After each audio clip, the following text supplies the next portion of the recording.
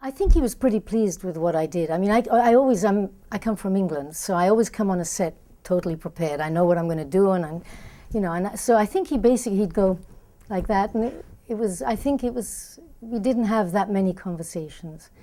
And also I was in character, and I was a monster in the film.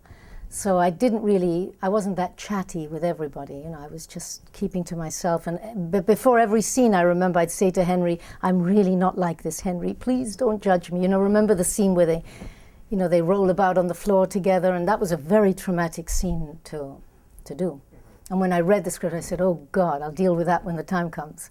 But I was thrilled to be I wanted to be a part of a classic film.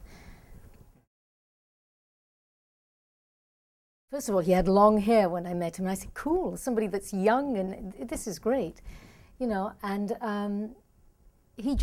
what was good about Mick is he knew that I had my vision of how I was going to play Norma, and he just let me do what I wanted.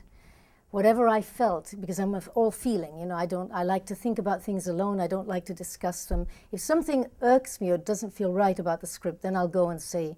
But usually I can make things, I live with it, and then I slowly internalize everything. And by the time I got on the set, I think Mick was pretty happy with, everything flowed very quickly, because I already had in mind what I was going to do.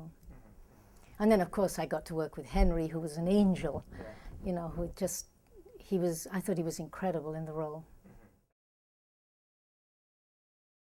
I think I was shooting It at the same time. We were going back and forth. It was It or something else where I was working on one thing, and then I'd go off and do a week there and a week like that. So I didn't really have much time to, you know, but he was at the time very much like me. We came on the set and we were prepared. We'd rehearse a few times, and I'd say, do you feel good with that? He'd say, yes, you feel good. Do you think I could be a little more? And to me, I'm buying you as my son, and I think I loved a lot of the nuances he did.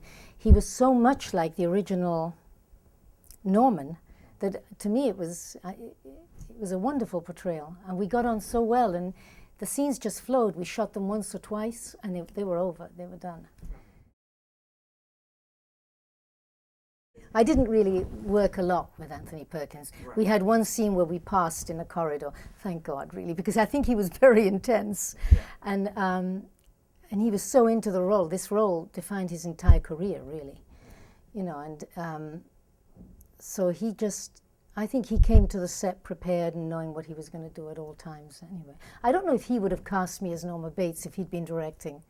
I think it was an incredibly creative thing for them to cast someone like me, because Bates is an English name anyway. So to play Norma Bates as this sick English woman they could have gone the normal way with a big woman, but actually if you look in the original Psycho,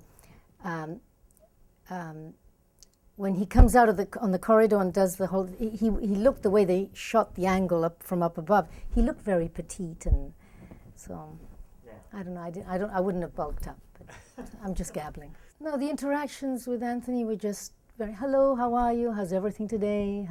Usually he had a very intense look on his face, and he was very one-pointed on what he was doing, you know. And as I say, I wasn't on the set at the same time except for once, twice, like that. So we didn't really talk a lot. And he was quite a private man, I think, because he didn't go out of his way to come have lunch with you or anything like that.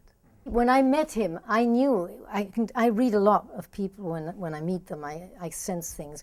And I knew that if he'd been able to direct the film, or if he'd been in charge, I would never have played Norma Bates. He would have gone with the traditional big lady American, and you know, and I knew that when I looked at him, and I knew. That's why I didn't want to go into discussions of how I was going to play it. Or I had great respect for him because this was the project of his lifetime, you know, but I really didn't want to get into any kind of confrontation with him, or, you know, and I actually thought he was out of place coming and saying to me, how are you going to play this, you know.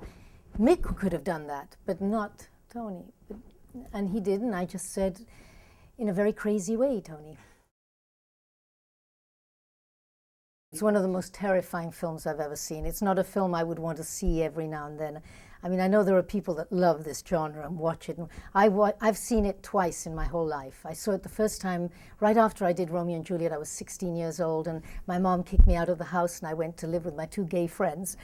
And they put Psycho on one night, and I couldn't sleep for a week after I saw it. I couldn't take a shower. You know, I slept in between the 2 of them for like a week after, because it was terrifying to me at that time. It was, and so I don't think I could watch that even now. You know, it had a lasting effect. I mean, I remember almost every scene in the film, and I've seen it twice. When I first read the script, I remembered the original Psycho. I got to the end of the script and I thought, you know what would be really good? It wasn't mentioned in the script, but I thought, how great would it be if the parts concerning Norma Bates and the flashbacks were all done in black and white and shot a lot like the original Psycho, although nobody could really shoot like Hitchcock did, but you know, close to it. And I mentioned it to Mick when I first met him, and he said, I don't know if we could go for that. But afterwards, I heard a lot of remarks after the film came out that a lot of people said, too bad it wasn't shot in, you know, and that was my biggest regret of the whole film. I think that they didn't do the flashbacks in black, because it would have been more of a punch, more horrific, I think. Yes, I think he is. I mean, I think he could not help himself.